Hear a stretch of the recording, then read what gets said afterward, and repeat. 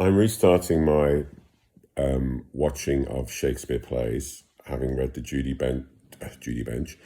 Dench book about her roles, and I just watched the Maggie Smith, Frank Finlay, Merchant of Venice. How incredible is Frank Finlay, and how different is he from the Laurence Olivier video, which I've watched? Unbelievably understated and subtle and moving from his very first utterance. It's no surprise that Laurence Olivier said that he was the greatest actor he'd ever met. Laurence Olivier said that about him. It took me back. There's something about this play that always moves me. I don't know what it is. And I know it's not very popular at the moment.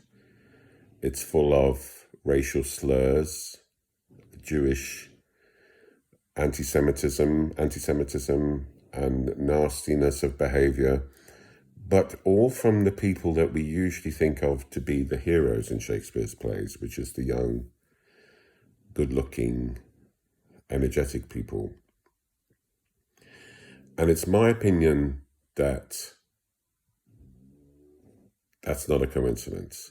I mean, this play is still done. There have been anti-Semitic plays all through history, in the Nazi period. Nobody performs those. Of course they don't. So why do they still perform The Merchant of Venice? And why do people still make a case for The Merchant of Venice?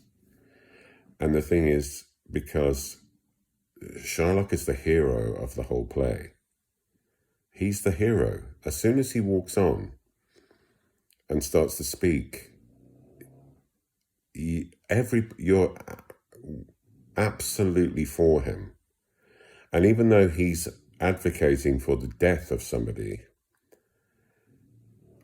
under what circumstances is he doing that? He's doing it to say, you have treated me like a piece of shit your entire life. And you agreed to this. This is the rule of law. You agreed to it. And you've also stolen my daughter. And all I'm doing is insisting on the rule of law, which you hold such great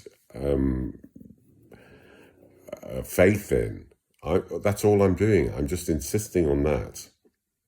And his single-mindedness and his downtroddenness and his nobleness in the face of massive disdain and ill treatment, his absolute conviction that he is right is so moving as soon as he walks on. And I cannot believe that that happened by accident, because everything he says is so beautiful. It's really beautiful.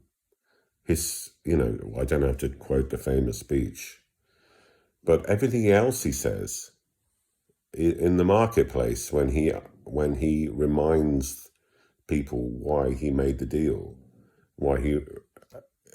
it's so eloquent and so beautiful that didn't happen by accident.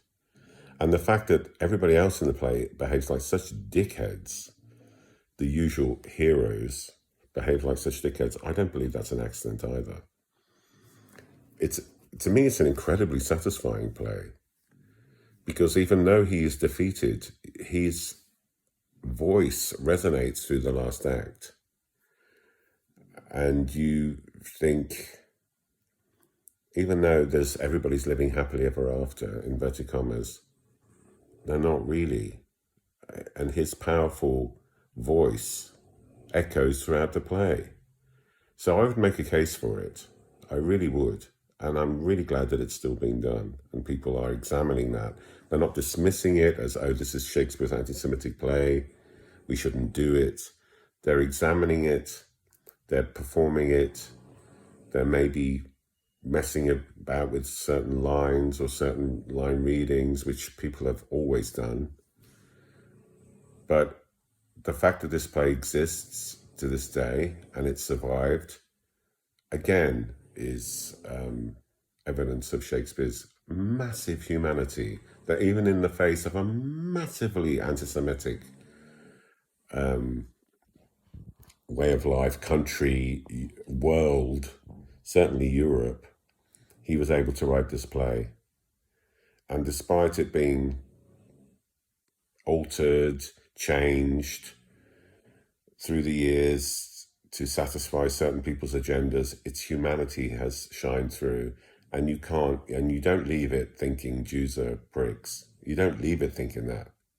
You leave it thinking Jews are human beings and we're human beings. And the bad guys are the usual good guys. And how subversive is that?